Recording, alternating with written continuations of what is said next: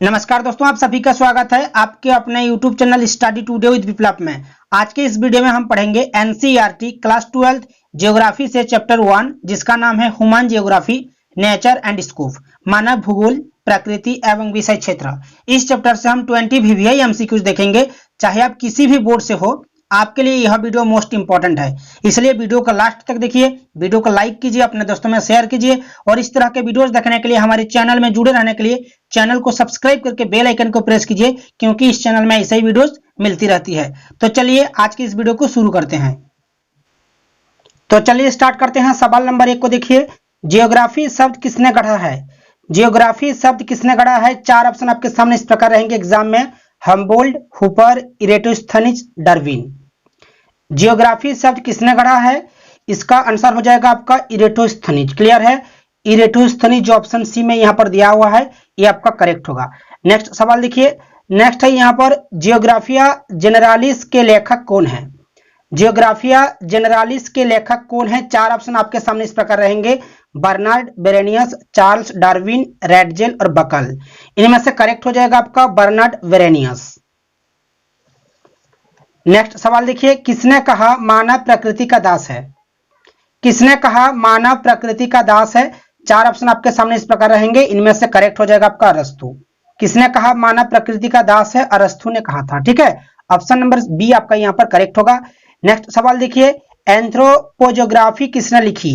Anthropogeography किसने लिखी? 4 option आपके सामने इस प्रकार रहेंगे, इनमें से करेक्ट हो जाएगा आपका रैडजेल। एंथ्रोपोजोग्राफी किसने लिखी? रैडजेल ने। क्लियर है? नेक्स्ट सवाल देखिए, नेक्स्ट सवाल है, आधुनिक मानव भूगोल के जनक कौन है? आधुनिक मानव भूगोल के जनक कौन है? 4 ऑप्शन आपके सामने इस प्रकार रहेंगे, इनमें से करेक्ट हो जाएगा आपका फ्रेडरिक रैडजेल। आधुनिक मानव भूगोल के जनक कौन है? फ्रेडरिक रैडजेल। नेक्स्ट है, मानव भूगोल स्थिर पृथ्वी और क्रियाशील मानव के बीच परिवर्तनशील संबंधों का अध्ययन है। ये मत किसने व्यक्त किया था?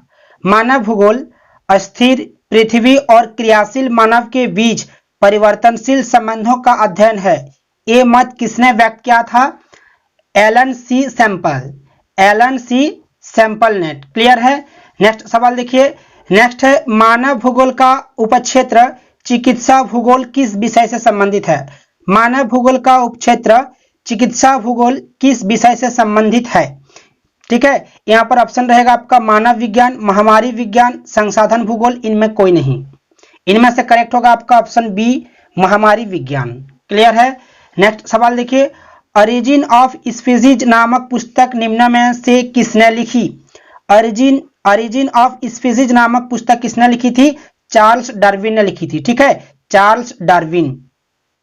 चलिए नेक्स्ट सवाल है, मानवतावाद किसकी एक और विचारधारा है? समाजशास्त्र के या सामाजिक विज्ञान की या मानव भूगोल की या अर्थशास्त्र की? मानवतावाद किसकी एक और विचारधारा है? मानव भूगोल की। ठीक है, ऑप्शन नंबर सी आपका यहां पर करेक्ट होगा। नेक्स्ट है यहां पर, मानवतावादी, आमूलवादी और व्यवहारवादी विचारधाराओं का उदय कब हुआ?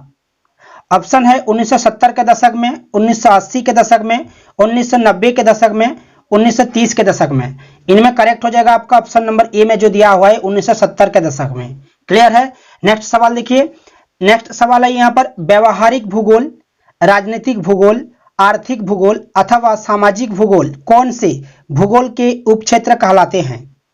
व्यवहारिक भूगोल, राजनीतिक भूगोल, आर्थिक भूगोल अथवा सामाजिक भूगोल कौन से भूगोल के उपक्षेत्र कहलाते हैं? 4 ऑप्शन आपके सामने इस प्रकार हैं, सामान्य भूगोल, विशिष्ट भूगोल, मानव भूगोल, जीव विज्ञान। इनमें से करेक्ट होगा आपका मानव भूगोल। ठीक है, ये सारे के सारे मानव भूगोल से जो है मानव भूगोल के जो है उपक्षेत्र हैं। क्लियर है? नेक्स्ट सवाल देखिए, भूगोल में उत्तर आधुनिकवाद विचार का दौर कब आया? भूगोल में उत्तर आधुनिकवाद विचार का दौर कब आया? 1990, 1970, 1960, 1950। इस प्रकार आपका जो है 4 ऑप्शन रहेगा, इनमें से करेक्ट होगा आपका 1990। ठीक है, ऑप्शन नंबर ए आपका यहां पर करेक्ट होगा। क्लियर है? वीडियो को लाइक और अपने दोस्तों में शेयर करना मत भूलिएगा। चलिए नेक्स्ट सवाल है, मानव भूगोल में क्षेत्रीय विभेदन की शुरुआत का दशक कौन सा था? मानव भूगोल में क्षेत्रीय विभेदन की शुरुआत का दशक कौन सा था? 1950, 1930, 2000, 1850। इनमें से करेक्ट होगा 1930। क्लियर है? नेक्स्ट सवाल देखिए, संभववाद शब्द का प्रयोग सर्वप्रथम किस फ्रांसीसी विद्वान ने किया? संभववाद शब्द का प्रयोग सर्वप्रथम किस फ्रांसीसी विद्वान ने किया था? लुसियन फेवरे ने। ठीक है, लुसियन फेवरे। नेक्स्ट है, मानव भूगोल के क्षेत्र आर्थिक भूगोल का निम्न से एक उपक्षेत्र कौन सा है? मानव भूगोल के क्षेत्र आर्थिक भूगोल का निम्न से एक उपक्षेत्र कौन सा है? व्यवहारवादी, निर्वाचन भूगोल, संसाधन भूगोल, इनमें से कोई नहीं। इनमें से करेक्ट हो जाएगा आपका संसाधन भूगोल। नेक्स्ट सवाल देखिए, निम्नलिखित में कौन सा एक मानव भूगोल का उपगमन नहीं है? निम्नलिखित में से कौन सा एक मानव भूगोल का उपगमन नहीं है? चार ऑप्शन आपके सामने इस प्रकार रहेंगे एग्जाम में। क्षेत्रीय विभिन्नता, मात्रात्मक क्रांति, स्थानिक संगठन, अन्वेषण और वर्णन। इनमें से करेक्ट होगा आपका मात्रात्मक क्रांति। क्लियर है? चलिए नेक्स्ट सवाल की ओर। नेक्स्ट सवाल है, निम्नलिखित कथनों में से कौन सा एक भूगोल का वर्णन नहीं करता? चार ऑप्शन आपके सामने इस प्रकार रहेंगे। समकलनात्मक अनुशासन, ये जो है भूगोल का वर्णन करता है। मानव और पर्यावरण के बीच अंतर संबंधों का अध्ययन, यह भी भूगोल का वर्णन करता है। दैध्यता पर आश्रित, यह भी भूगोल का वर्णन करता है। लेकिन ऑप्शन डी में जो दिया हुआ है, प्रौद्योगिकी के विकास के फलस्वरूप आधुनिक समय में प्रासंगिक नहीं, यह जो है भूगोल का वर्णन नहीं करता, इसलिए ऑप्शन डी आपका यहाँ पर करेक्ट होगा। नेक्स्ट सवाल देखिए, ये सारे के सारे क्वेश्चंस जो है एग्जाम के लिए काफी इंपॉर्टेंट है, इसलिए वीडियो को लास्ट तक देख लीजिए और वीडियो को लाइक और अपने दोस्तों में शेयर कर दीजिएगा। नेक्स्ट सवाल है, निम्नलिखित में से कौन सा एक भौगोलिक सूचना का स्रोत नहीं है? निम्नलिखित में से कौन सा एक भौगोलिक सूचना का स्रोत नहीं है? चार ऑप्शन आपके सामने इस प्रकार रहेंगे। यात्रियों के विवरण, प्राचीन मानचित्र, प्राचीन महाकाव्य, चंद्रमा के चट्टानी पदार्थों के नमूने। यहाँ पर पूछा है कि कौन सा एक भौगोलिक सूचना का स्रोत नहीं है, तो ऑप्शन सी आपका यहाँ पर करेक्ट हो जाएगा, प्राचीन महाकाव्य। नेक्स्ट है यहाँ पर, निम्नलिखित में से कौन सा एक लोगों और पर्यावरण के बीच अन्योन्य क्रिया का सर्वाधिक महत्वपूर्ण कारक है?